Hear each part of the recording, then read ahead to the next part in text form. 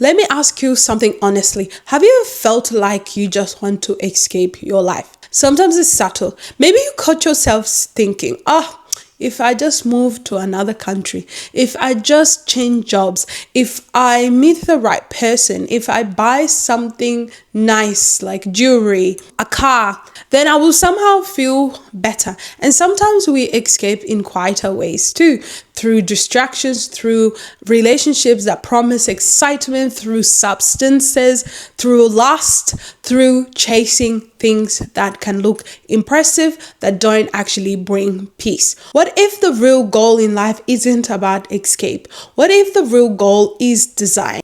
Designing a life that you don't have to escape from. And that starts with something that many people were never taught: contentment. Numb loud, it's all I need, yeah, it's all I need, yeah. I remember there was a season in my life where I felt like I constantly needed to escape, right? And then there was a lot happening. I mean, there's always a lot happening, so it's almost like an acceptance. But I felt like I constantly needed to escape. I thought the solution was somewhere else. If I move here, if I change this, if I do this, then this will change. And don't get me wrong, there are some times in your life where you need to start afresh, go to a different country, go to a different state, do different things, and somehow that sometimes gives clarity. But I'm talking about the consistent feeling of escaping your life. And so sometimes, we feel like, yes, finally things will be different. So, you change your environment, you travel, you buy nice things, and you meet someone new and meet some people new. But sometimes the feeling follows you because no one taught us something important: how to build a life that actually feels good to live in. Many of us were taught survival, work hard, push through, be responsible, but very few people teach us how to design a life with contentment and intentions. Here are some of the 5 ways to design a life that you don't need to escape from. Number 1, design small adventures. One of the most powerful ways to bring life back into your world is intentional adventure. And adventure doesn't always mean flying overseas. Sometimes I feel like it, what I'm saying. It could mean exploring another state, driving to a beautiful coastline, experiencing a different culture from your own culture. I remember traveling to Canada and feeling enriched by the culture. It was so beautiful. I was so mesmerized. And another time in Zanzibar where the ocean was so blue and the whole environment felt so peaceful. I could picture that moment right at this moment. It just reminds me of peace. Those moments weren't about escaping life, they were expanding it. I didn't go because I wanted to escape. I wanted to enrich my life better.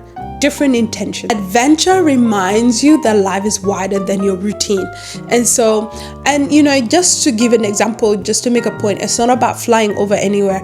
At times, so where I live, I drive like about 30 minutes or an hour away just to see trees within where I'm at. And if, say, for example, I'm in a different place, I do the same thing. So it doesn't have to be something extraordinary, but it has to feel extraordinary for you. Number 2, explore work that feels meaningful. One of the best reasons people feel trapped is misaligned work or misaligned purpose. Now, not everyone can suddenly leave their job, but if you begin to ask yourself important question: what kind of work actually feels meaningful to me? Work that uses your strength, work that aligns with your values, work that allows you to contribute something real for you. Even slowly moving towards aligned work can change the entire atmosphere of your life. Number 3, bring care in everyday living. When I was younger, my mom used to say something to me that I didn't fully understand at the time, but I really accept and I'm loving it now. She would say stuff like, why do you make food as if you're giving it to somebody else? And she would laugh, about it because I'll make it look pretty and all of that. At first I didn't get it, of course, and now the older I get, the later I understand what I was trying to do or realize some really powerful insight to it. My mind was teaching me about care, to cook with intention, to prepare things beautifully, to treat everyday life with dignity. Sometimes we think joy only exists in big moments, but contentment is often built in ordinary daily care. Number 4, contentment doesn't mean settling. It means appreciating your life while you're building the next chapter. Because if you cannot control moments of gratitude and peace in your life you have now, you may struggle to feel it later too.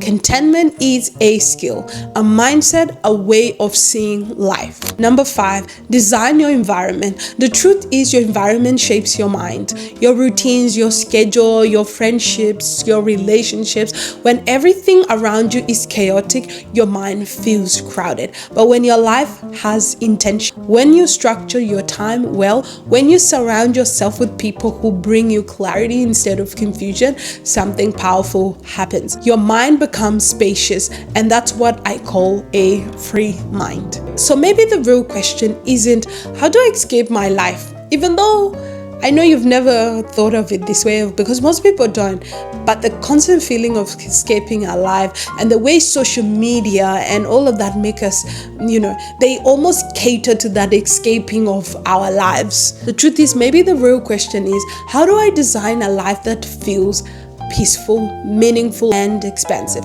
Because freedom doesn't always comes from running somewhere or doing all these extraordinary things that we think they're extraordinary. Sometimes freedoms come from wisely designing the life you already have. And when you begin to do that, you stop looking for escape and you start experiencing contentment. If conversations like this help you think more clearly about life, purpose, and emotional intelligence, make sure you subscribe to the channel. Space is about developing what I call a free mind, learning how to live with clarity, wisdom, and intention. Can you help me figure out my next destination?